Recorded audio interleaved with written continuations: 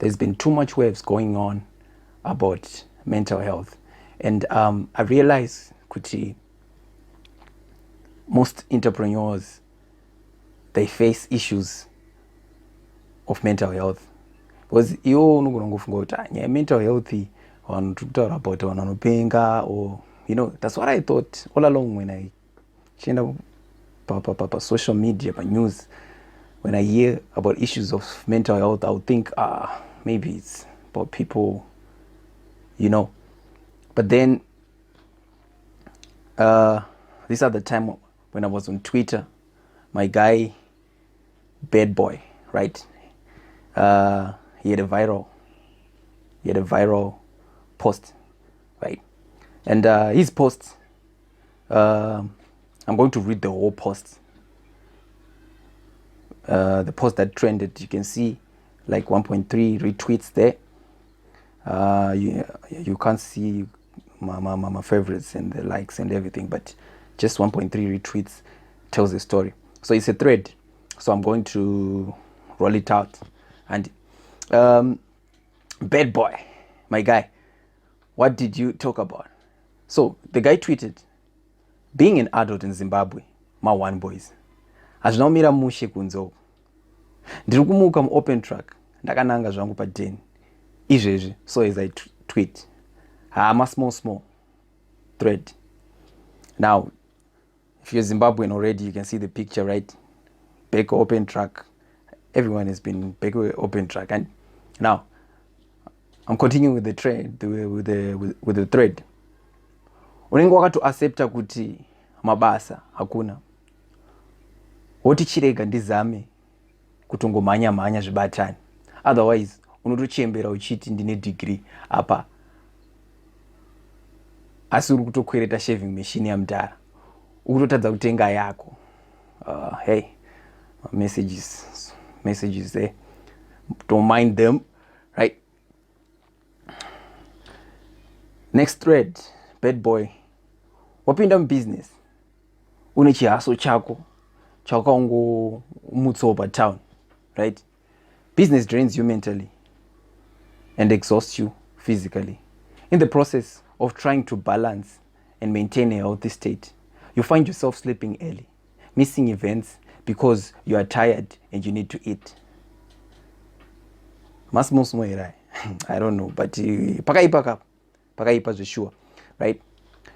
You have very limited time for yourself because every shade of attention is directed towards the establishment of what you're doing.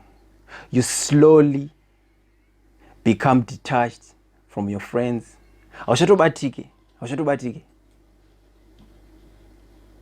Sometimes family and your social life bijana become paralyzed, right?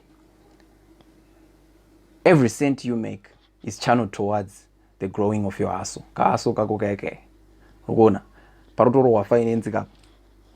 Balancisa. You never enjoy any dollar because according to your calculations, dollar no push a business kumberi, right? That's bootstrapping. Probably this guy is just is bootstrapping his way up, right? I think that's what he's saying. Kuti kamari kesi kaongoana ndoka utoita sei utongoti chi ndorukadzorera, right? Yeah. You deny yourself the simplest pleasure because you have to practice strict financial discipline. Otherwise, you will fall into debt. Unotoswera uchinyora zama refinance musoro every day calculator. Yeah, finance. Some of us we did finance. Yeah. And all we nyora zama refinance every day. I think it's pretty hard. Apa finance acho asima thousands ka. Calculator $1. Anyway, let me continue. Kana Apple chairo unototenga wadzifambira nyaya dzacho mubrain. Wait, boys. Yeah, I understand. Like, have you ever noticed kuti there are things that are cheap, but those cheap things they look like they are esoteric, they are like out of this world, they are like pleasures of the elite. Something like just ice cream, right? Inyaya kuti nongochita se budget mudhara haso kadhora spinning zirutaura. Let me not dilute let me not dilute thread mukomana uyu and let's continue. Sausage and chips zvoita $1 mubakers in, but unenge wakutogaya kuti manje mari yetransport yeweek yakakwanirana iyi $1 irori ndozorecover sei. Sounds silly, but many can relate. Yeah, I can relate. I think that was exactly what I was talking about panga ndichitaura ice cream. But it's pretty much cheap, but 50 cents but unotozogaya kuti hapane pakaipa. Utarisa bhutsu yako yekubasa haichatogoni kugara yega, yakapera hiyo zvekuti ukaisa pasi inodonha neside. Yeah, pakaipa. Hapana singadi kuchena, but hausi paposition yekutora $2 kuti utsvage shwada nyowani. Boy, month end rent, magetsi, mvura, grocery, rent, yespace mutown yekaside hasoka. My expenses chi acho atori 1:1 neka profit kacho. Apo uchada ka data kuti ugare uri in touch. Hey, is that my battery? Hopefully we can finish this.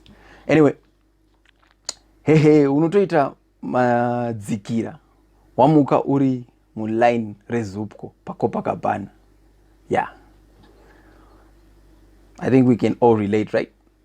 Yeah. Pakaipa aswe grocery unobva warisa kwekupedzisira priority list ozotenga nechange inenge yasara because uda kucover my expenses my bills business zvese nepauri kuloja. 2 liters yemafuta, hupfu, salt nerice wobva watarisa kuside. Basics goods chete. Dzimwe nguva kutotenga roiko inenge yatove luxury, like kutotenga roiko inenge ya luxury, but unozongotengawo tu kuti soup iite kadignity. Bozi ungazongodyi zvese bozi pane pakaipa. Pabudheni pako panopedzisira patove pa PSC because panodyiwa sadza chete. Okay. Unotosiya warirova makuseni oswera uchingorova hako mvura yekanzuru pagraft wozoriona futi usiku wabva muchiraundi. Yeah. Mudhara ndokuti unodya sadza zvemudhara, ndokuti sadza unenge une 5 kg chako chemachunks baba, wapedza kurova jembi nechunk kubva rako pabreakfast, wobva wanama vaseline pamuromo, wobva zvako pa10 wakanaka. Unenge watova bo zvekuti zvinhu zvese zvatova correct, and everything you do uri kuzama kuseva mari because the little that is coming is supposed to maintain the business newe wacho, right?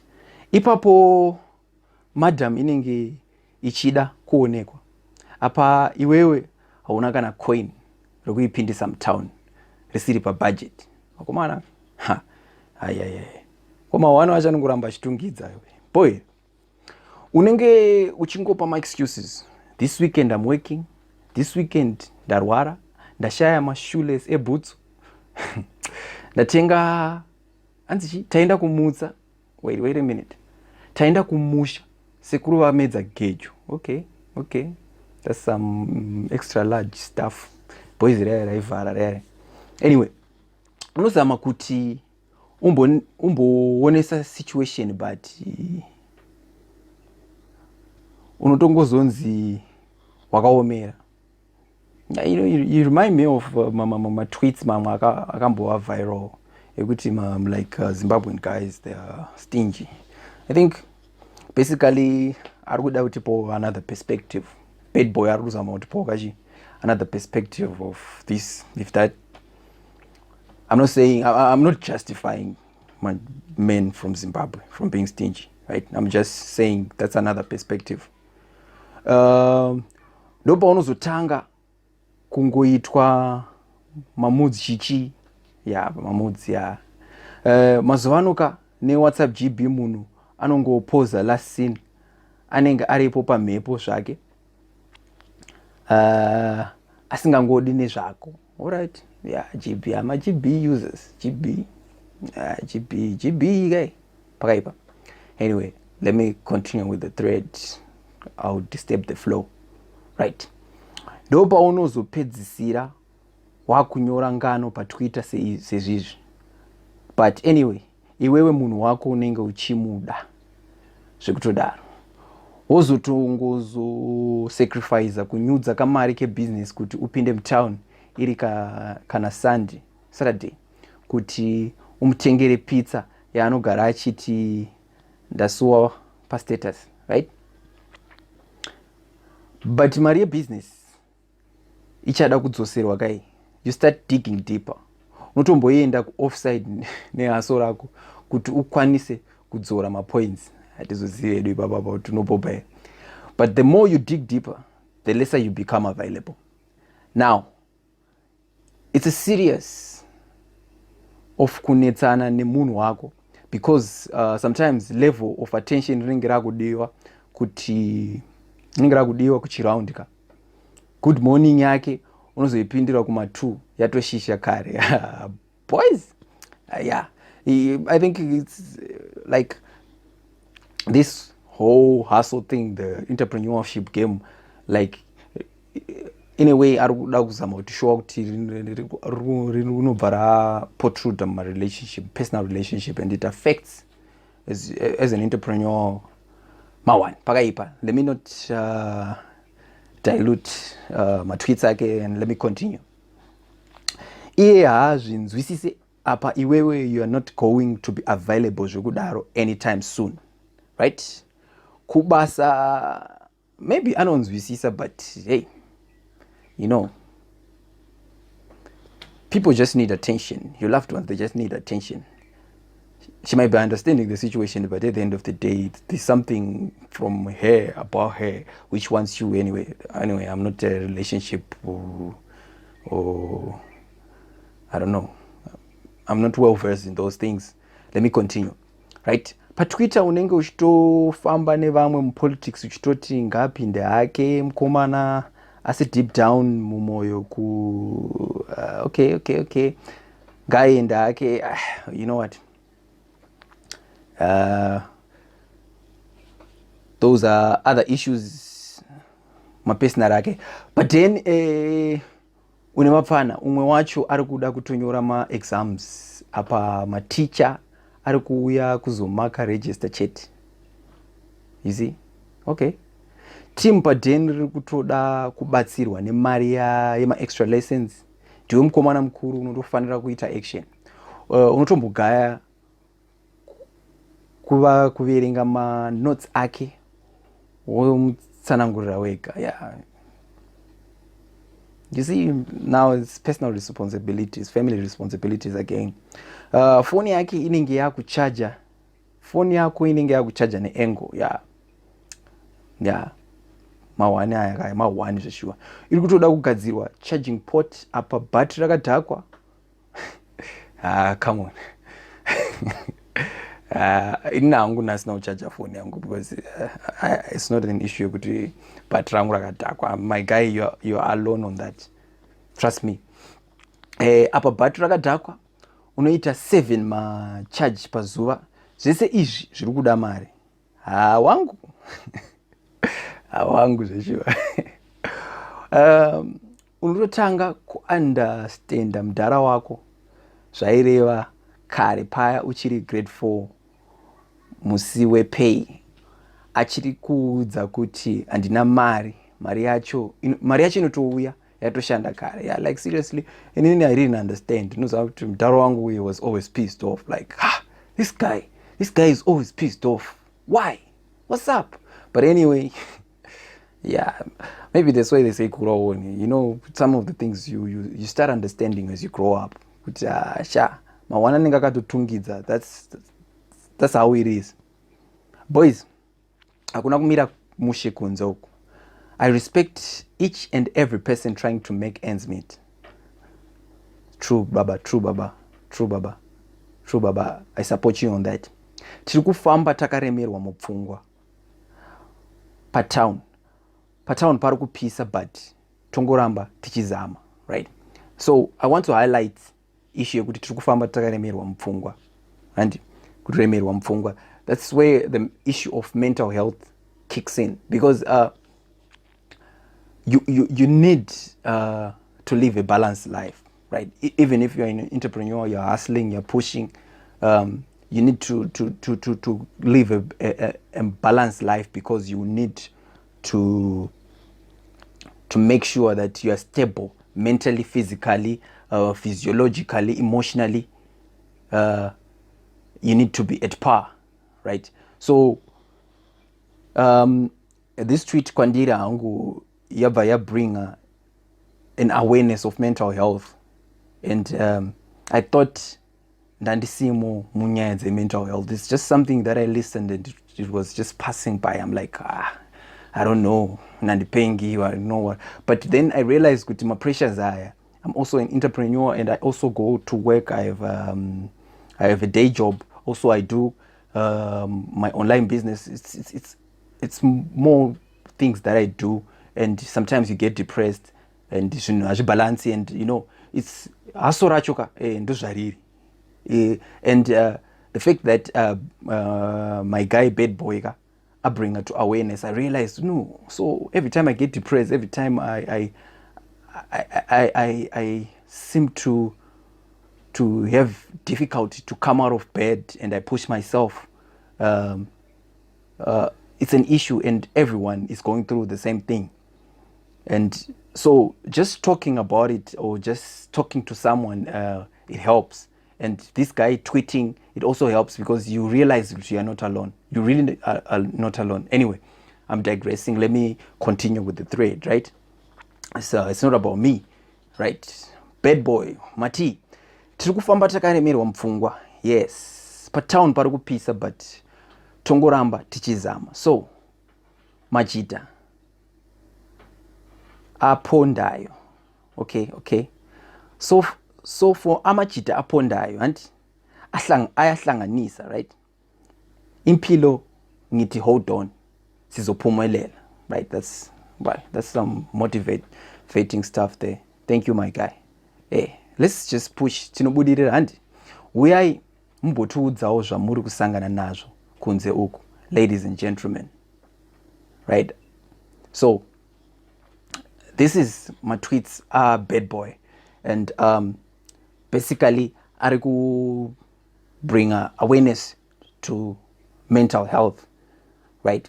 Because guys, being an entrepreneur, right, or just starting a business and running it, which balances and say it's not an easy thing. It's not an easy job. Mawan is sure, and you're not alone to this. So I'm just looking for my groups. I think I post daily on WhatsApp groups. I have several WhatsApp groups. Simplepreneur has several WhatsApp groups where we post daily content, right? And I think today earlier on in the morning we had a post on mental health because it's in line with my tweet threads, Bad Boy, right? So guys, the takeaway on this is guard your mind jealously. Do not struggle in silence, right? Do not struggle in silence. Reach out. This is internet, like Bad Boy. I to reach out, right? He's not asking for help. He's just putting it out there. Pakaipa, we are hustling, we're this and that. We go through all these things. Share, talk to someone, right? You are not alone. Self-care is everything, right? Self-care is everything. Do not be ashamed. I think it's the same thing. You matter. Everyone matters. Everyone matters. You matter, I matter, everyone matters. And everything that you do matters, right? Your smile, your peace of mind matter, right? You're important. Everyone is important. And don't be hard on yourself. Like I say, don't be hard on yourself. Bad Boy. Right? Hey, pakaipa. You share. Maybe sit down your dead or the situation pakaipa. Or if it's not possible, I don't know. I don't know. Life is life, like, you know, kana usiri mu situation you think kuti zvinhu